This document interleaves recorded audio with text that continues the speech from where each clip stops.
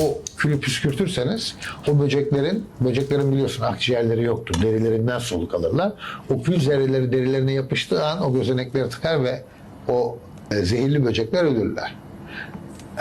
Tamamen doğal yollarla. Evet, evet. Külle. Kül. Eski atalarımız çamaşırlarını yıkarken niye kül kullanıyorlar? Özellikle iç çamaşırlarını yıkarken çok kullanıyorlar. Kafada problem varken, kepek varken, sedef varken, egzama varken, uyuz varken niye kül kullanıyorlar? Mesela küllü su diye bir tabir var. O küllü suyu yaptığın an çiçeklere püskürttüğünde alkali ortamı gören pestisit zararlı böcek gelmiyor.